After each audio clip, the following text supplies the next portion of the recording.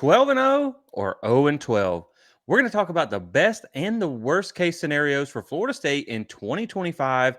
As Michael, this feels like a crazy season, right? Typically, when you go into any season, you're kind of like, all right, I think within about 2 games of where you think the team should be.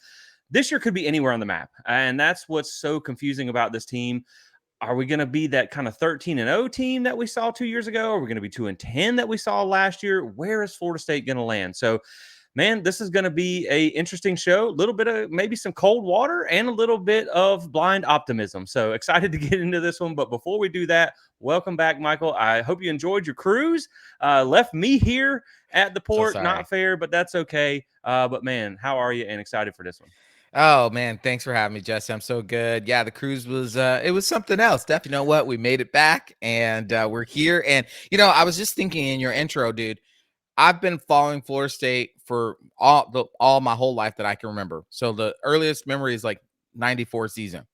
I can't tell you there's ever been a season where I did not have a clue on ceiling versus floor for Florida State. Usually you're within 1 to 2 games, right? Yep. It's very rare that it's something catastrophic like what we experienced last year. And coming off of that, it's just like really hard to determine, but we're going to talk about it and figure it out. Yeah, I agree, man. And that's like when we talk about this team for next year, it's just it could be anywhere. Yeah. And I mean, I feel there's reasons that I feel like it would be at one end of the spectrum. And then there's reasons why I feel like it could end up at the other. Not saying it will, but that's what we're going to talk about today. Towards the end of the show, we're going to talk about the best case, the worst case, kind of the most likely case in our mind. We're going to do a refresh as we run through the schedule just to kind of set the stage for where we're at here. But before we get into that, one cool thing, man, Michael, I'm just ready for the season to get started because I'm ready Yeah. to find out. And one of the reasons that I am excited is we got to pick our season tickets the other day. And I'm sad we didn't get back to the West Side.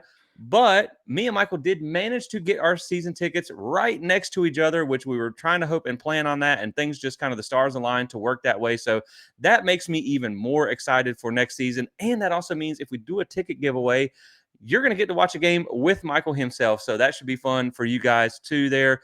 And then one other thing I want to mention too is I'm sorry, guys. I look like a complete and total idiot after that video I recorded yesterday on quarterback recruiting. Not me per se, but the video looks kind of silly now that Keyshawn Henderson, 5-star quarterback who is committed to Houston, basically reassured his commitment to Houston and canceled his official visit to Florida State. So if you watched that video yesterday, just kindly skip that part and listen to what I had to say on Duckworth and Jaden O'Neal. If you didn't watch that video yesterday, it's okay this one time. You can just skip it. So it's disappointing news, man. I mean, that Yeah. was one that you kind of you felt good about being able to get him on campus. You were hoping this was something that could be a win in recruiting. Man, I feel like that may have been a long shot to begin with to kind of get this kid, but it's just kind of another, almost like a tick on the sheet of bad things that have happened at quarterback here at Florida Yep. State. So now I think with that being said, man, the pressure is on to land either Landon Duckworth or Jaden O'Neal. And it sounds like there's probably some dominoes that need to fall for either one of those to happen. But yeah, I mean, it's kind of disappointing news because you went from just 3 on the board, your top 3 targets, to now it's down to 2.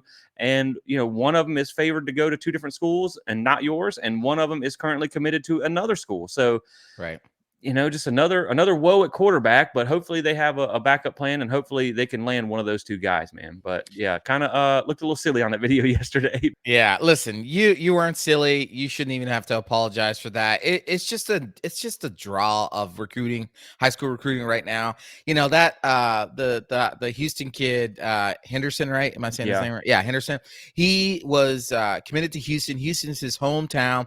He already had a relationship with Willie Fritz, who was at FAMU, and then he became the new Houston coach. And so it made sense that was going to happen. Landon Duckworth, you talking about going down from 3 options to 2 options. I just saw this morning that Landon Duckworth, there was what is it called? The crystal Crystal ball. ball Yeah. from Steve Wiltfong for South Carolina. Yeah. So they're saying that he might go there. So you might be down to 1 option. I mean, again, like you said, Jesse, this is just another tick on why the jury is about to come back Yeah. on Mike Norvell. I mean, it's about to come back and it's about to be guilty on all charges. And I mean, because we're just seeing this over and over again, year after year, failure at quarterback recruiting, failure at quarterback recruiting, failure at quarterback recruiting. And just look at it. The years that we've not had good quarterback play, what has Florida State done? Yeah. Not very well. So, Yeah, no, I agree, man. And it's like, as probably two of the most pro Mike Norvell people, it's man, it's getting tiring, it's right? it's it's hard to really defend him much anymore. Yeah, It's getting really hard now.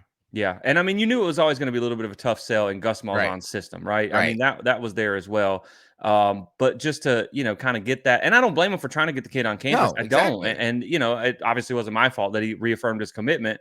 But at the same time, again, man, it's just a little bit frustrating that it's kind of like one thing after another. So let's just hope that you land one of the other two, and let's Right. just hope that Kevin Sperry is that dude like they Right. talked about in spring. So we'll see.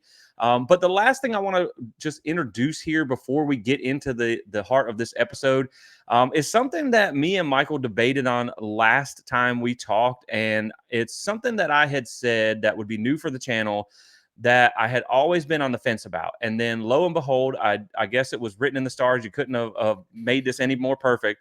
One of our subscribers, we appreciate him. We said this was one of his favorite shows, Mr. Fleming. Uh, Commented that we should open the channel to memberships. And it's something that we have talked about for a while. I'm going to be a little bit open and honest with you guys here, something I haven't talked about before. Last year's 2-10 season was pretty devastating from a lot of different things. And it was really hard on the Tallahassee economy. And Yep. if most of you have noticed, we don't advertise for Alumni Hall anymore because of the economic impact the 2-10 season had. They had to make cutbacks. Yep. So we did lose our title sponsor, and that was kind of a shot to the heart for the channel. And anytime you do something like this, there is a cost that's associated with it. Trying to grow and maybe hire new people or things like that, that costs too. So it's something that kind of hurt the channel a little bit there. And so memberships was something that we thought about exploring, but my mission since I started this was to never put any of our content behind a paywall. I don't want there to be any separation between people who maybe support us financially and people who support us by just watching and being fans, because Right. that's a lot of the reason I started this channel, because Right. some of the major outlets here, and I won't name any names, always felt like they ignored you unless you gave them money. And, Right. and that's one of the main reasons why Plant the Spear was born, because I hated that. And so, with that being said, I think we are going to open up some memberships here on YouTube. You can join the channel. It'll be a way that you can support us for a few bucks a month. We're going to start with just kind of one level at a very reasonable rate.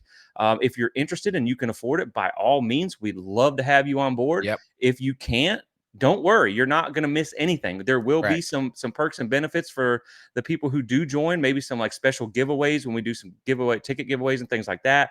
We've talked about having like some live hangouts, some Yep. Q&As or something like that. Every now and then, where it's just for members and things like that. But I don't want it to feel like if that's not something you want to do, that you're being excluded from anything, because all of our content, and we both work full-time jobs, Yep. so it's hard for us to put out enough content as we want anyway, Right. let alone do extra for members only. So this is just Right. kind of it's like your bartender, right? He's going to bring you that beer either way. It's whether That's you right. tip him or not. That's your choice. And so that's kind of what we're going to do with this. But I just wanted to give you an introduction before we turn that on. If you do watch us on YouTube, that will be something that will be available. Well, let me say this real quick to our Plant the Spear fans out there. Listen, you can't get a better founder, content creator than Jesse, because Plant the Spear was built by a fan for the fans. Okay, all those other media outlets out there, I'm not dogging them. They're great. They do it because they love Florida State too, but they were built with the intention of earning and doing that. This was built by a fan for you. And so this additional membership that we're offering, if you don't sign up for it, you're still going to get the same PTS Plant the Spear experience that you've always gotten. For those who actually say, "Hey, I want to actually be a part of helping this organization, this fan site grow," you're going to get those live hangouts, those Q&As, those giveaways. That's really what you're signing up for. And it's a great opportunity because you get more involved. You become a stakeholder in helping Plant the Spear become more for the fans. That was started by a fan. Yeah, man, I appreciate that. And the thing is, like, I don't want to sit here and say like, oh, you get priority response in the comments and things like that. Because guess what? I respond to all of our comments anyway, That's unless right. you're kind of a idiot Miami fan or a Florida Yep. fan, Yep. then I don't respond to you. Sometimes I do. But I respond to everybody anyway. So That's like right. you're still all going to get that. This is just a kind of a way to help us kind of make back some of the cost that this does. So I mean, again, if you're interested in that, we'll activate that. I really don't even know how these work. We're going to figure it out together. But that's something that we want to turn on, and so we appreciate you guys. It's just a way for you to say a little extra thank you for us here at Plant Yep. the Spear for what we do. If you, like Michael said, if you don't worry about it. We totally understand. You know, we every time we're at a game, we have a tailgate. Everybody's invited anyway. That's right. So it's just something that if you find it in your heart to do that, then we really appreciate it. And if not, you're still, like you said, going to get everything from the PTS family. So enough about that. Let's get into the actual content of this episode. So, where's Florida State going to fall in 2025? Best worst case scenario. That's what we're all wondering right now. That is what is on every Florida State fan's mind. And I think everybody's a little nervous for week one because we're probably going to find out how this is going to look Very quick. real quick. Like you are jumping in head first with 2 bricks on your feet to find out how you're going to do. And like we said, man, I think the variance here is really, really wide. I think, just we're going to talk about this later more in depth, but I think you're talking anywhere from 4 to 9 wins could be possible on the spectrum. And typically, we had mentioned this where you feel like 1 to 2 game variance. Like I think last year, I don't want to tell you what I thought last year because I'm talking about looking like an idiot. But typically like you would be, let's use 2023. That's an even better example. How Right. about that? I was like, okay, I think we were going to go 11-1 to 12-0, whether Yep. you win at Clemson or not. This year, that could be a 6-game variance in Right. where you feel like it's going to be. So we're going to talk about some of the reasons why. Now, I do think Florida State should be better this year, and we covered that on another episode just last week. So if you're watching on YouTube, I'm going to do one of those card things that I've never done on this channel. So hopefully there's a floating box up there where you can click on it. I do suggest you go back and watch that because it will go more in depth. But in a nutshell, the turnover margin last year was terrible. Minus Right. 16, 130 something in the country. That typically never repeats itself. So as long as Florida State cannot be negative 16 in turnover margin, I think that's good for a couple wins. The ground game, stopping the run and running the ball. Tony White's defense built to stop the run. Gus Malzahn's offense built to run the ball. I think if Right. you do those two things, which are something that we did not do well last year, I think that's going to lead to be better. And then the strength of schedule is not quite what it was last year. You still have a couple of tough games in hand here, but you also have some of your mid to lower tier games, or it should be a little more winnable for Florida State. Again, remember, every team you played last year except for Charleston Southern ended up being a bowl team. But again, go watch that episode if you want more of an in-depth breakdown because we go into all of it. But at the same time, I think at the end of the day, Michael, no matter what the record is, and it does matter, I think it needs to look better, right? Like Yep. if you go 7-5, but you kept it close in every single game, that might not be as bad as going 8-4, but you got blown out in the 4 games that you lost. So it Right. does need to look better. And the number does matter because I think anything that doesn't equate to a bowl berth equates to maybe a new staff, a new head Correct. coach going into next year. But it does matter. And so Yeah. we'll talk about our most likely scenario. So give me some thoughts on that. And then we're going to run through the schedule real quick just to kind of do a quick refresh on where we're at for 2025. Yeah, I think you're absolutely right. It does matter. It's not just the number, though. The number is the most important thing. It's Right. also how you look getting to that number. So if you get to an 8-4 season, but like you said, the 4 big games that you play, you get your butt handed to you. I don't know if the fans will feel better about the number, but I don't know if they'll feel better about the program. So Yeah. you'll basically be walking into 2026 just as much on thin ice as you are walking into this season. But if you go 8-4 and you're competitive in those 4 games that you end up losing, then you're going to have the fans feel better. Now, again, let me just say this, Jesse, and you would agree with me. 8-4 at Florida State is unacceptable. It's not good enough. It's not good enough. I mean, we're used to winning 10 games. We're used to competing for championships. We're used to being in the national conversation. But for right now, we will accept an 8-4 because it just needs to be a lot better than 2-10. But it matters. That number matters. At the end of the day, that number matters most. You cannot, let me be positive. You can get to 8-4. There's a realm of possibility you can get to 8-4. You got to get to 8-4. I believe you can get to 8-4. That is the thing that's going to really kind of be the barometer by which this whole staff is returning or not returning next year. Right. Yeah, and I think this year it needs to be 8-4, knowing what you came from last year. But at the Correct. same time, going forward, next year is going to be year 7. I That's think your right. floor needs to be like 9 wins next That's year. right. So this is kind of that one-off year you get because of crazy things that happen. And Right. I will say that like a turnaround is possible, and I do believe that it's going to happen. How much of one I don't know, but at the same time, a lot of us didn't see 5-7 to 10-3 happening from Right. 21 to 22. We sure the heck didn't see 13-1 down to 2-10. So wild swings, they're possible, right? And they can happen. So let's first run through the schedule a little bit here just to do a refresh. Obviously, we know a lot about who we play, but we're going to talk a little bit more in depth about each team, and then we're going to go into our best worst case scenario kind of talking points here. So to start with, on in August, you have Alabama here, game 1. We know that's going to be a tough one. They went 9-4 last year. They did beat Wisconsin 42-10. They beat Georgia. They beat Mizzou 34-0. Still a dangerous, very good team when they rise to the occasion. But they did go 2-4 outside of Bryant Denny. Lost 2 of their last 3 games, and really they should have had a 5th loss against South Carolina. Now their scoring offense was still 22nd in the country. Scoring defense was still 10th in the country. So again, this is still a really good team. As you know, they did lose a lot of players from that team, and that one most notably is Jalen Milroe. So they will be breaking in a new quarterback in that game, but this is still going to be a really tough challenge. And all I've seen all offseason is how their players know that they're like on this tangent to do better because they know last year wasn't good enough. Right. Game 2, East Texas A&M, not a whole lot to talk about there. 3-9 FCS team from a year ago. They're pretty terrible. So I mean, you better win that game. We talked about this where you should Yes. have 2 easily winnable games. If you lose either one of these next 2 games, East Texas A&M or Kent State, those are automatic firing offenses, right? I think you leave You don't him make it off of Doak Campbell Field. That's basically exactly. it. Yeah, and so game 3, of course, remember you do get a bye week between East Texas A&M and Kent State. Kent State was 0-12 last year. They're 1-23 in the last 2 seasons. They lost 71-0 to Tennessee last year. They were dead last in scoring and scoring defense on both offense and defense. You better win that game Right. by a comfortable margin. Game 4 at UVA, they went 5-7 last year, 3-5 in the ACC, lost 6 of their last 7 games. They did beat BC and Pitt, and 2 of those wins were against non-power 4 teams. 107th in scoring offense, 93rd in scoring defense. This, I know you have to go up there on a Friday night, and Virginia has gotten the best of us sometime, but they haven't had a winning season they've had 5 winning seasons in the past 20 years. You should beat them. You should win this game. And I Yep. think that's a Yep. must-win game for Mike Norvell.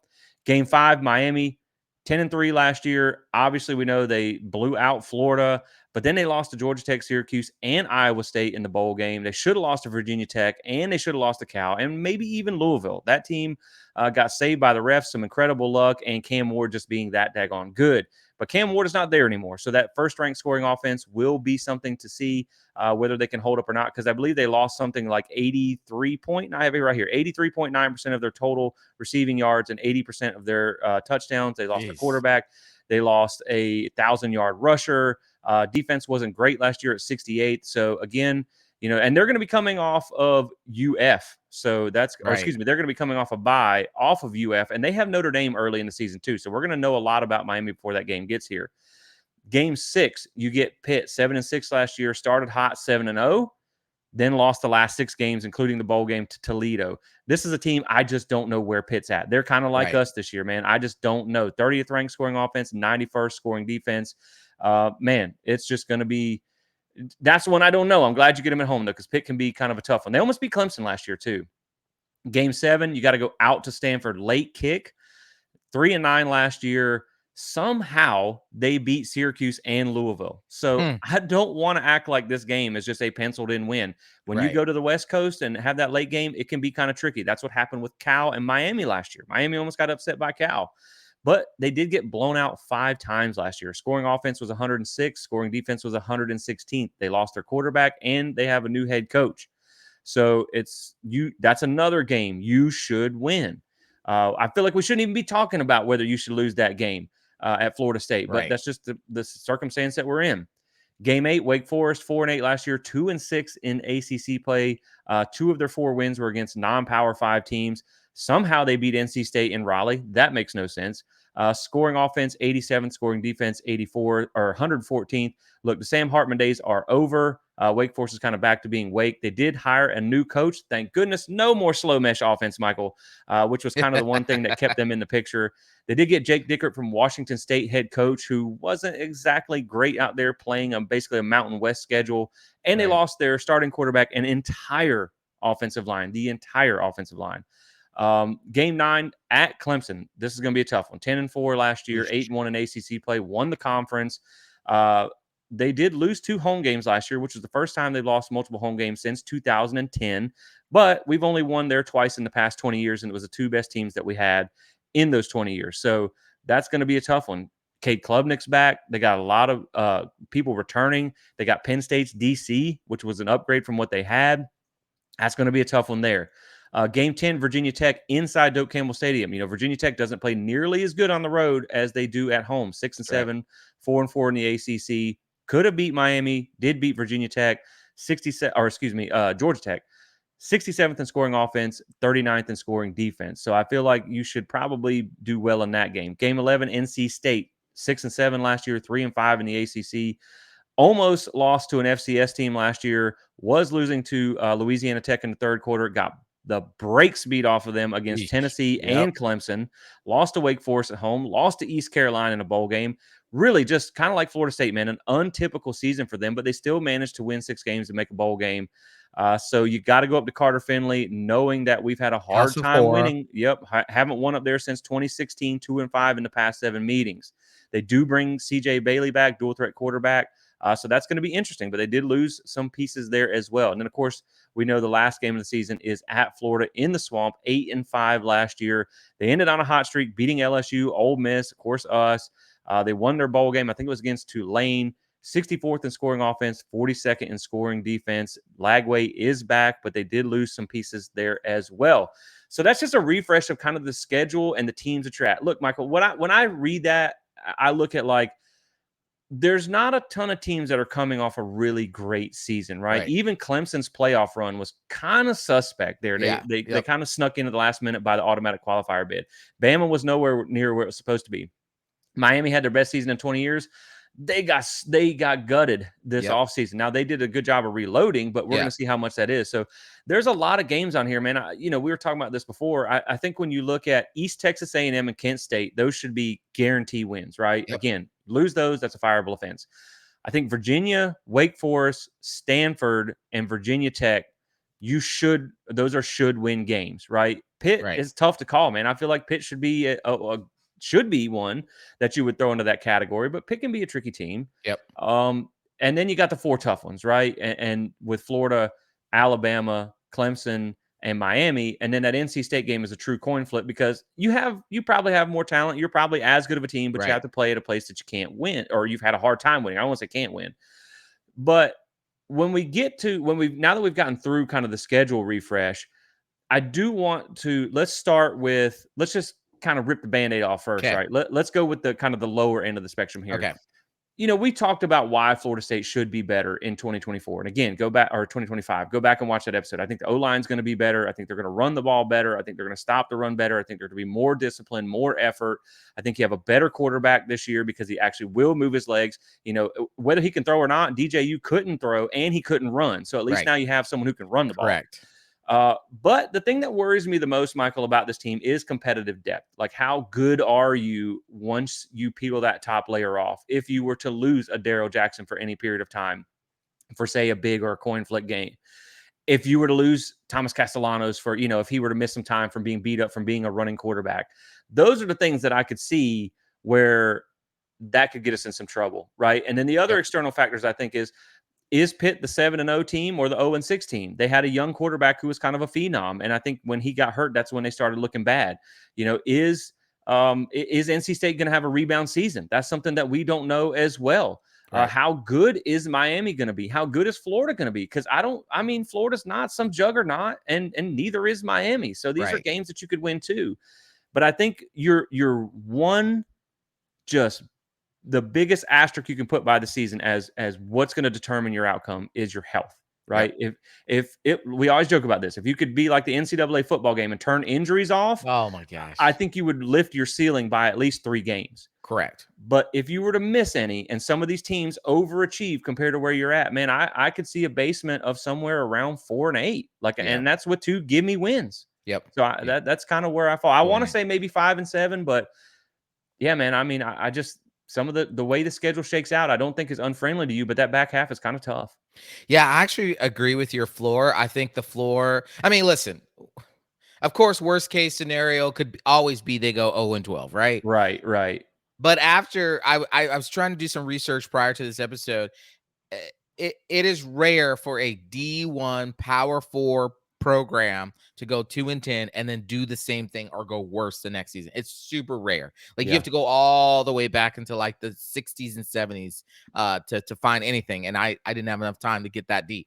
But it's very rare. So, and I would also say too is I feel like Florida State, they remove some of the, I'm gonna call it stink, some of the stink from the program, right? When some players left through the transfer portal, whether Yeah. they wanted to or they were asked to. I mostly believe they were asked to. Um, Obviously, the new coordinators brought in a new whole set of energy. These are actual football coaches, not that the other ones weren't, but like, they were Right. actually focused on their job, trying to do their job. They've both had success where they've been. And Gus Malzahn, obviously head coach at Auburn and UCF and offensive coordinator for a national championship contending team and a national championship winning team, as well as head coach at Tulsa. He's done stuff. Obviously, Tony White was at Syracuse and Nebraska, top 20 defenses. So they've had success where they've been. Mike Norvell moving to that more CEO like aspect of the program. And I would say too, Jesse, is that they brought in better players. I'm not going to say they're better than 2023 players, but they are better Right. definitely than last year's players. So to me, they're at least 2 games better floor wise. Okay. Right. They're at least 2 games better from the floor. So I agree with your 4-8. I think that is probably the floor of Florida State football for 2025 is that they win those 2 guaranteed games. They beat probably Virginia Tech and they, Wake Forest somewhere in there. But then they're going to lose a couple games. They could lose a couple games that they shouldn't lose. And then those 4 games, Miami, Florida, Alabama, and Clemson, are just guaranteed losses. Like if you're looking at it from the floor up, Right. then I would say it's 4-8. That's probably the worst it could be. It's a 2-game improvement, but it's not better. And if it's 4-8, we're looking for a whole new coaching staff next season. Yep. Yeah, I 1,000% agree. And that's the one thing that I do want to reiterate is this is like the injury bug bit you. Right. The turnover margin didn't go your way. The ball didn't bounce your way. Bad All play those calling, all of it. right, like Yes. the other teams were maybe better than you thought they were going to Right. be, or something like that. That's the absolute worst case scenario, and that's what I can see. And really, I probably around 4-8 to 5-7, right? But Yep. again, some things can be tricky there. Now, when you flip the script and you go to the best case scenario, please hear me when I say this. This is what I believe could be the best case scenario. I'm not telling you this is what's going to happen. We're going to do that part in a second, our most likely landing spot. Michael, when I look at the schedule, man, I think if everything hits like it should, and if you don't get bit by the injury bug, and, I saw something on social media where it looks like Jason Jenkins might be back for that first game, and that would be big for your defensive line. Yeah. I know it's going to sound crazy, and I promise you guys I have not had anything to drink this morning other than a cup of coffee. I mean, I think your absolute ceiling here is 10-2, right? I Yeah. don't, because I think when you look at the games, like if you're good enough to go 10-2, chances are you're probably good enough to beat all those mid to lower tier teams. And then you come down to those 4 tough games. Those are the ones you're probably going to split, right? And that's assuming you go to Carter Finley and win. Man, Miami, again, has a lot to replace. They lost Restrepo. They lost their running back. They lost Cam Ward. They bringing in a new defensive coordinator themselves. They don't have a lot of depth at quarterback either. If something Right. happens to Cam Ward, or excuse me, Carson Beck, they're probably in trouble too. So, and you get them at home. So I don't Right. think that game is like unwinnable. If I had to pick one of the 4 games to have an upset, that's the one I'm going to pick. The other game here that I think would probably be most possible is Florida. I know you have to Yep. go into the swamp. Tate Rodemaker went into the swamp and beat And them won. boys exactly a couple of years ago and really had nothing to do with it. So that game was really won by your defense. So I think, man, if you can run the ball, and I mean, like, I know Lagway looked pretty good for a freshman last year, but it wasn't great. I think he had Right. like 9 touchdowns and 12 interceptions or something like that. So it wasn't super great there. They remember they wanted to throw Billy in a trash can the That's first right. half of the That's season, right. and then That's they, right. then they won a couple games, and all of a sudden they were standing behind them. So I don't think that game's impossible of winning either. Alabama is a team that lost to Vandy last year, got blown out by a 6-6 Oklahoma on the road, 2-4 outside of Bryant Denny. We already talked about all that stuff. They're breaking in a brand new quarterback in game one. So Right. I, I'm not picking us to win that game, but I'm saying I could see a path to where you could, no one picked us to beat LSU 2 years in a row, and That's you right. did. So I think that's possible too. The one that I just don't really see a chance in is beating Clemson at Clemson because of what they're bringing back. But with that being said, I mean, Clemson is, again, like I said, they lost 2 games at home last year, and one was to a pretty okay South Carolina team that I think won 9 games. So it's not unreal to think that they could pull some upsets in some of these games. It's just, like you said, I think there is going to be where you got a couple ones that you're probably going to lose because Alabama still has a boatload of talent, and so does Right. Clemson. So does Miami and Florida. And then you gotta not lose any of the unexpected games like an NC State. That's you can't, Right. you can't go up there and get upset, obviously, for that to happen. But I think that's like your best case scenario. I think you probably could go. I was gonna go with 9-3, but I mean, man, I'm just not super intimidated by Florida and Miami. We played Florida, we're not giving the ball away 25 times last year. Who knows where that game ends up? And then Miami, I mean, that was their best team in 20 years and our worst in 50 years. And that might have been your best game of the season. Yeah. So, I think your pie in the sky scenario could be as good as 10-2. Okay. I like I'm not that. I saying like that's going to happen, but No, no, yeah, we're not. This is not us guaranteeing this. We're just thinking what could be the ceiling of this. I like that. I'm gonna go slightly, just one game off. I'm gonna go 9-3, and here's why. I think any reason. I'm not saying this is going to happen, but any reasonable fan could look at Alabama and Clemson and say, okay, yes, Alabama's at home. Yes, they're breaking in a new quarterback, but Alabama has years upon years of recruiting on Florida State. They got, no matter how down they are, they still have all of that Nick Saban recruiting in the trenches, which is where it matters the most. So yep. you could almost say, yeah, I could see if some, I could understand someone said that's a guaranteed L. I can totally understand that. I could totally understand if someone says Clemson is a guaranteed L. You're going in the Death Valley. You've only won there once and gosh knows how long. And Twice in even 20 that, years. yeah, twice in 20 years. And even that last one took a miracle throw by Jordan Travis to Keon Coleman in the corner of the end zone there to get that win in overtime. And the other one took Jameis Winston. Thank you. Exactly. So Yeah. it took all world quarterbacks to beat them at Death Valley Stadium. So I totally understand people looking at those two games and saying those are guaranteed losses. I could get behind that and be like, okay, I could see that for sure. What I think the flip for me, the one that's kind of like I want to say we could go there and do it, but I just don't have much confidence, is going to Gainesville. And the only reason I'm saying that is because I've never seen a game in the swamp, but Florida State has typically struggled in the swamp, just as a program in general, just in general. And so, yes, Tate Rodemaker went there a couple years ago, and Florida State won that game. And Billy was on the hot seat and everything. They did come in the Doak last year, get Florida State, a couple mistakes here or there.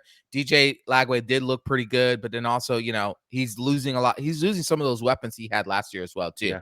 That's just such a hard one for me to be like, to give Florida State the edge in that. Outside of that, Jesse, though, you got Miami coming to Doak Campbell Stadium. You got Miami coming to Doak Campbell Stadium. Yes, they did recruit well. Yes, they did fill up in the portal, whatever, but they lost a lot. They lost the number 1 overall draft pick in the NFL. They lost a bunch of receivers. They lost offensive people. I mean, defense. They are coming to your house. You cannot lose this game. So I'm going to go ahead and give Florida State the slight edge in being able to win that game. And then when I look at everything else, so remember, take Alabama, Clemson, and Florida out. When I look at everything else, I see a more possibility of winning than I do see a possibility of them losing. So obviously Kent State, we keep saying it. And the reason why we keep saying it is just because we just want to make it clear. You lose East Texas A&M, Kent State, don't even make it back to the locker room. Just leave. Just go. Yeah. They'll find an interim. They'll figure it out. Climb your butt up out this program. Thank you. Thank you. Exactly. Virginia, they've been a porous program. Yes, it's a Friday. It's a high school game. Yes, we've struggled there a little bit. It's Virginia. You should win that game. I've already gave my case about beating Miami. Pitt, Florida State historically is 2-3 against Pitt at Doak Campbell Stadium, and they've lost the last three. When Pitt has come to Doak Campbell, you got to win this game. You should be able to win this game. Stanford, yes, they did beat Louisville. Yes, they're tricky. Yes, you're flying all the way across the country. It's going to be 10:30 your time, 7:30 their time. But you should win this game. They got a new coach. They had to get that new coach in the basically during the middle of the portal season, so he wasn't able to get a lot of players. They're going to be playing with a lot of the similar players they played with last year. That team wasn't very good. Obviously, they beat Louisville. You should win that game. You should beat Wake Forest. You should beat Virginia Tech coming to your house. And NC State, it's crazy for me to think this because Carter Finley Stadium has given us many, many nightmares. But you are a better team than them. You should go there and you should win. If they do that, if they hold to that standard right there, they should leave the season 9-3, going to a decent bowl game, and then looking forward, getting back to at least 10 wins in 2026. Yeah, and the crazy thing about your situation is if that happens, your two of your losses are Alabama and Florida. So that's You're non-ACC games. So correct. then that means you really only have one ACC loss, which could put you in the ACC championship game, which could also put you in the playoff picture. That's what I'm saying. Right. And again, like this is the pie in the sky thing. But I do want to say that like we already talked about the reason we think they're going to be better. But I do like the pieces that they got on this offensive line. Yes. I do think Squirrel White, if he can stay healthy, I mean, he put up 800 That's yards right. 2 years ago, and it was 100 of that was against Alabama. Deuce Robinson is a natural mismatch who's, he's been pretty productive at USC, Yep. and now he's coming into his junior year, his third year. I like some of the defense. If they can stay healthy, maybe James Williams is that dude. He did put Right. on like 15, 20 pounds of mass. If Jason Jenkins is healthy, if Daryl Jackson stays healthy throughout the year, we like the linebacker room. I think Florida State, it could be better. Like you can see the potential in there. Yep. I think really for me, it's more about staying healthy and how is this coaching going to work out, right? Yep. How is this going to be? Because you just don't know what it's going to be, man. That's the thing about even under the Mike Norvell era is it's just been so many wild swings. It's either Right. like really pretty good double-digit winning season or really bad losing season. So That's you're just right. kind of wondering where we haven't even really had a middle ground season yet. But now when you talk about the most likely case scenario where Florida State's going to end up, for me, Michael, I'm going to put it at 8-4, and I really want to lean 7-5, but I think I want to go 8-4. I do think you lose to Clemson. I do think you lose to Alabama, but I do think you keep it competitive. I do think you probably drop that NC State game and then maybe Florida. I think you probably I just got this. Maybe it's just this weird feeling, right? Maybe it's Yeah. just the internal hate for Miami bubbling in my Mm. stomach. But I've just got a feeling we're going to pull an upset in that game. You just never know.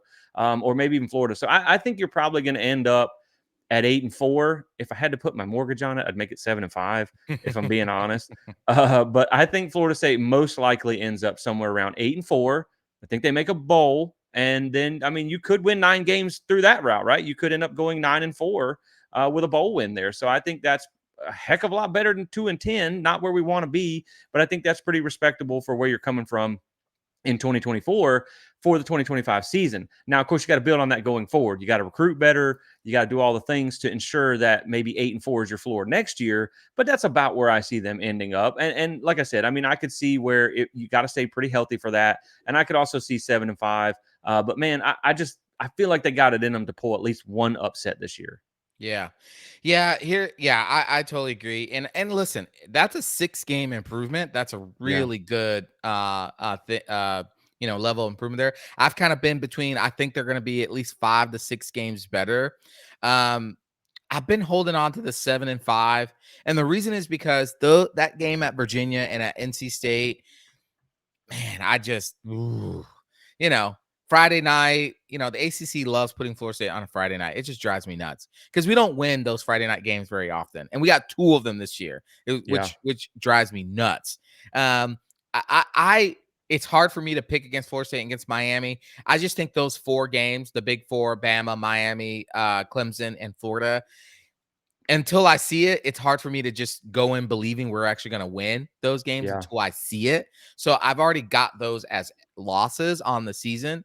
And I just think one of those Friday games is going to get us, either Virginia or NC State. It better not be both, but I Right. think one of them will. And so that leaves me at 7-5. And that is a very, very tricky situation because it is a 5-game increase, obviously, over the 2-10, but it's like, oh, this was not good, but yeah, I guess. Yeah.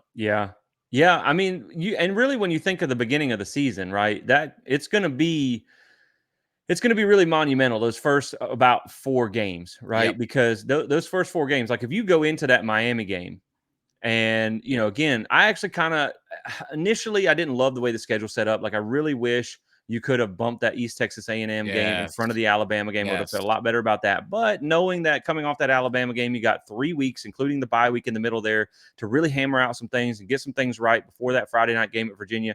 Look, if you're going into Miami at 3-1 with a competitive loss to Alabama, I think you probably feel okay with going into that game where you're at. If you go Right. into that Miami game at 2-2, and then you lose that game and you're going into Pitt at 2-3, the wheels have kind of come off already early in the Right. season, and you Right. still have some tough games on the backside of that schedule. So that's where you can kind of see things start to come unwound. So to me, we talked about before with the Alabama being almost the most important game of the season, and I think it is because if you lose that game, 42-3 or something like that, Lord, please don't let that happen. Then I think you're going to be like, oh, whoa, here comes the same thing.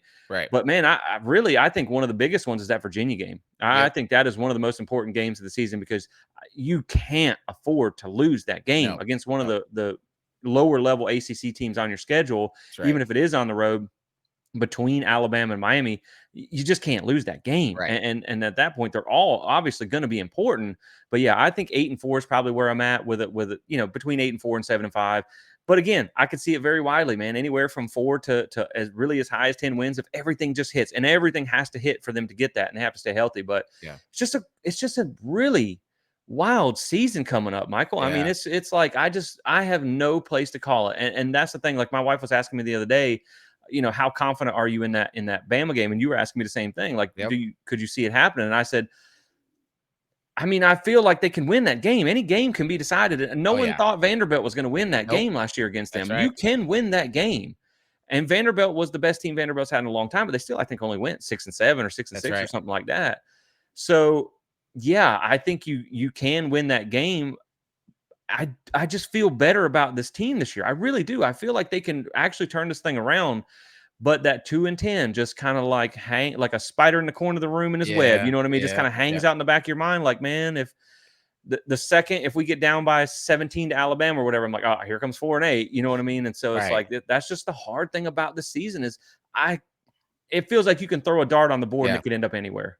Well, I mean, that 2-10 distorted reality for us, for Yeah. Florida State fans. It really did. Because if we'd gone, let's say last year we went 8-4. Let's just say we went 8-4. There's no way you or I or any Florida State fan is going in this Alabama game thinking we can't win, right? Yeah, heck Oh, no. we'd be like, oh yeah, we're gonna win this game. Yeah. But going 2-10 has distorted any ability to have a rational, reasonable thought because 2-10, like you said, is lingering right there. And for me, like I just listen. Let me just give you my small. If I could make a case for them beating Alabama, Alabama went into a terrible Oklahoma team, went Yeah. into Gaylord, whatever that Memorial Stadium is, Yeah. and a 6-6 Alabama or Oklahoma team spanked that Alabama team. Yep.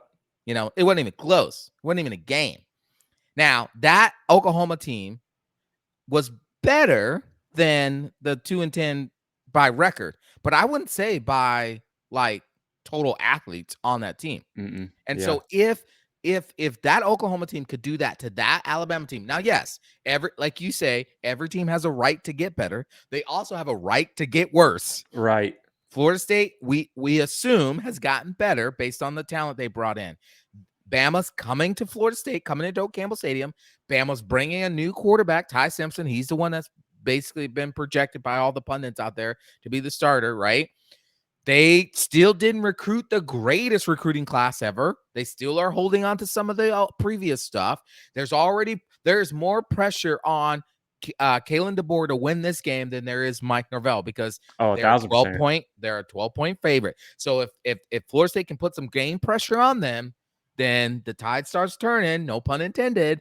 We Yeah. might be in the fourth quarter looking at you go from, yeah, they ain't winning this game, to they might win this game, too. Oh, shoot. They might be able to.